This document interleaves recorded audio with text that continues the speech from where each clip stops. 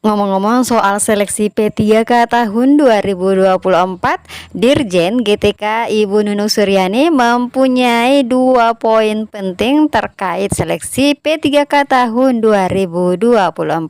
Apa saja poin penting tersebut? Yuk simak videonya hingga akhir ya.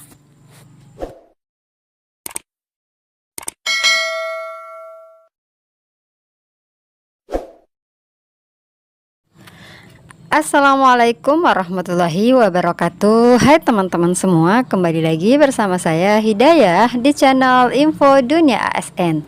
Dan kali ini kita akan membahas ya terkait dengan seleksi P3K tahun 2024, yang mana Dirjen GTK mempunyai 2 poin penting yang mesti diketahui oleh para honorer atau calon peserta seleksi P3K. Teman-teman, sekali-sekali kita keluar dulu ya dari informasi mengenai ASN, PNS, dan P3K. Kali ini kita bergeser ke informasi mengenai informasi pendaftaran ya, penerimaan seleksi P3K tahun 2024.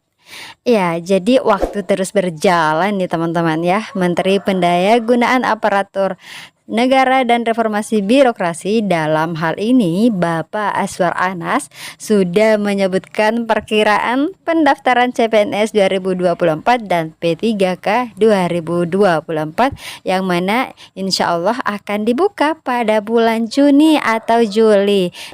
Nah, gimana nih persiapan teman-teman dalam mengikuti seleksi CPNS dan P3K tahun 2024? Meskipun ya Bapak Azwar Anas belum menyebutkan secara pasti dimulainya kapan mengenai tanggal pendaftaran CPNS dan P3K ini, namun tentu di tengah masa menunggu jadwal pendaftaran P3K 2024, beredar kabar nih teman-teman dari Kemendikbudristek ya, yang mana Kemendikbudristek tetap bersikukuh menuntaskan P1 yang notabene-nya hampir 90% dari swasta.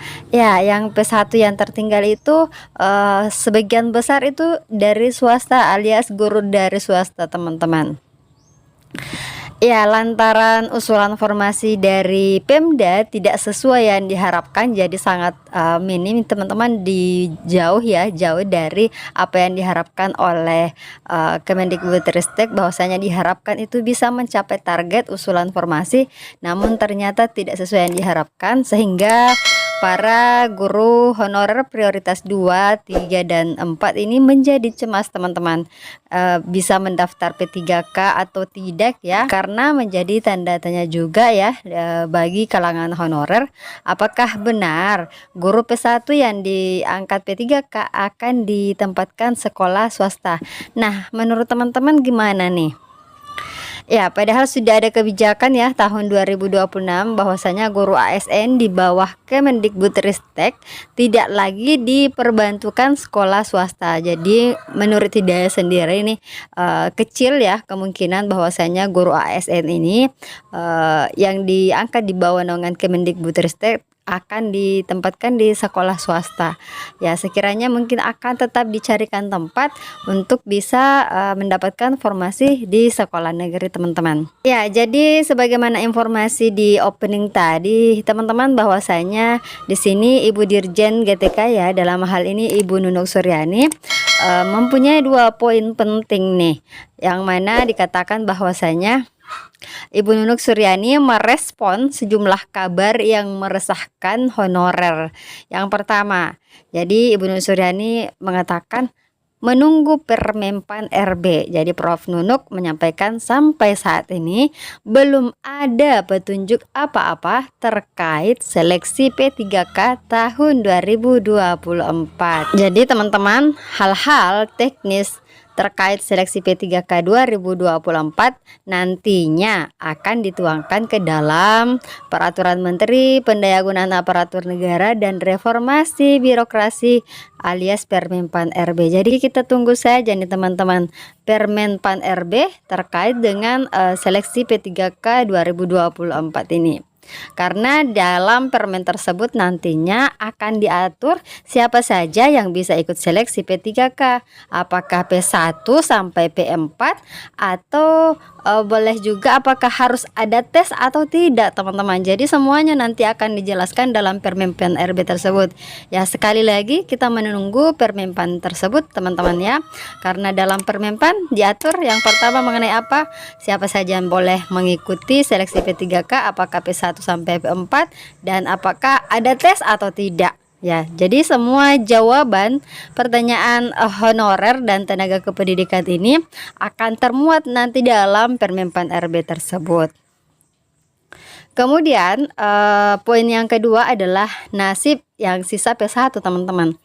Ya, Prof Nunuk menegaskan bahwa Kemendikbudristek ya konsisten untuk menyelesaikan masalah honorer.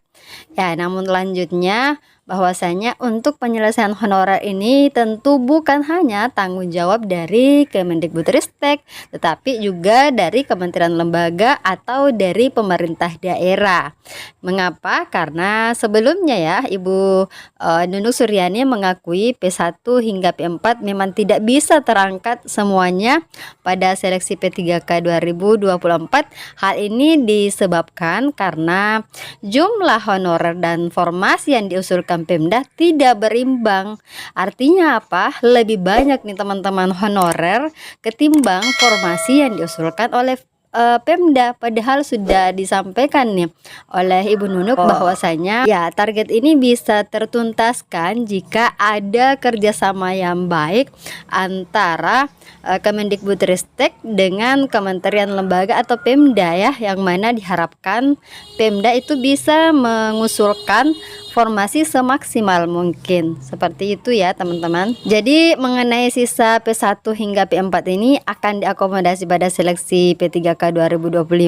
Prof Nunuk mengatakan belum bisa memastikan teman-teman. Jadi kita bersabar saja menunggu informasi selengkapnya ke depannya teman-teman seperti apa. Karena Bu Nunuk saja belum bisa memastikan mengenai informasi tersebut.